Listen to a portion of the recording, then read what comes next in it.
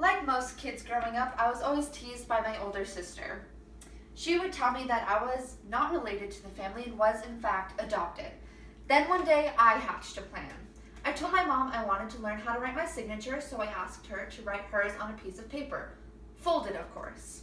Then I posted a note on my sister's door that read, "Dear Mackenzie, I'm sorry to have to tell you like this, but you, in fact, are not related to this family, and you do not belong here.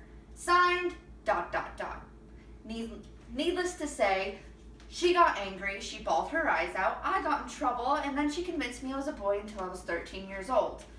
Besides that, I didn't know much about sibling rivalry until I flew 2,000 miles away from my older sister, moved into a house with 5 older siblings, 1 brother, 4 sisters, and had a lot of troubling experiences.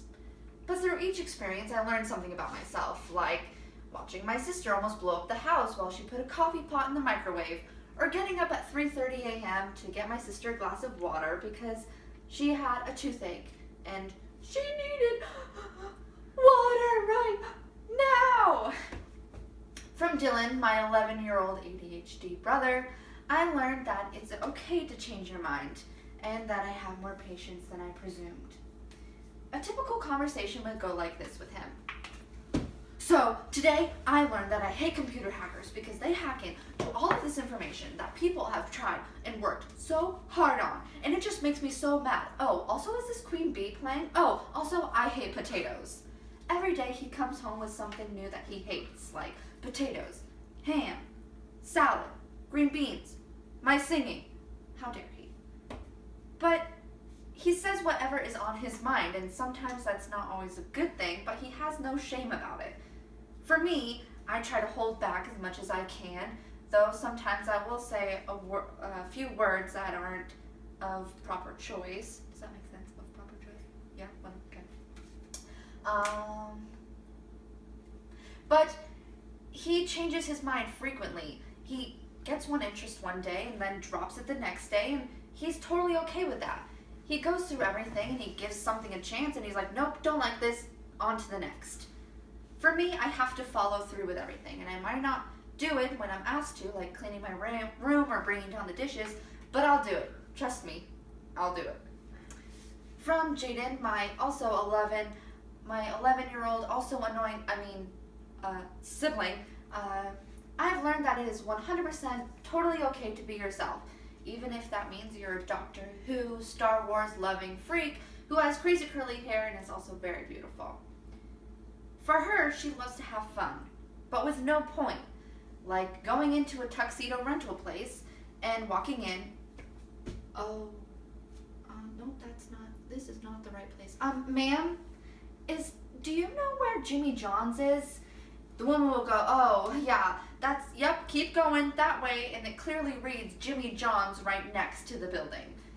She laughs and we laugh, and I guess there's really no point, but I think that's the point of it. You don't have to have a point, although this is a little redundant.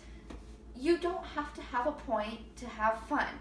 For me, I always have to have, I don't know what to say.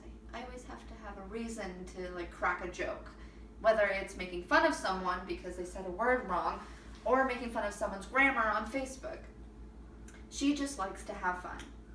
Now from Jasmine, the most complex of all, she is my 14-year-old, angsty, self-damaging, trouble-prone teenage girl sibling thing.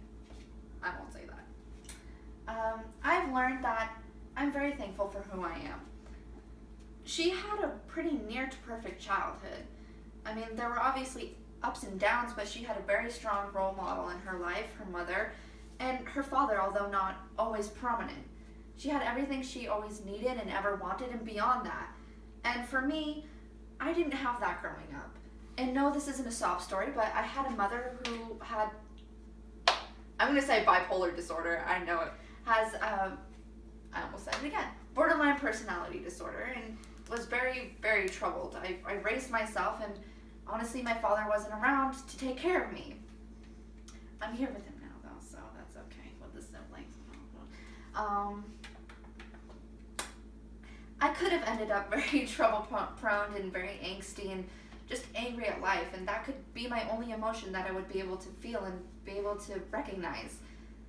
I don't like to feel sorry for myself, and I like to move on to one thing after a situation has been bothering me, even if that means getting really boiled up at school and then coming home and having a meltdown.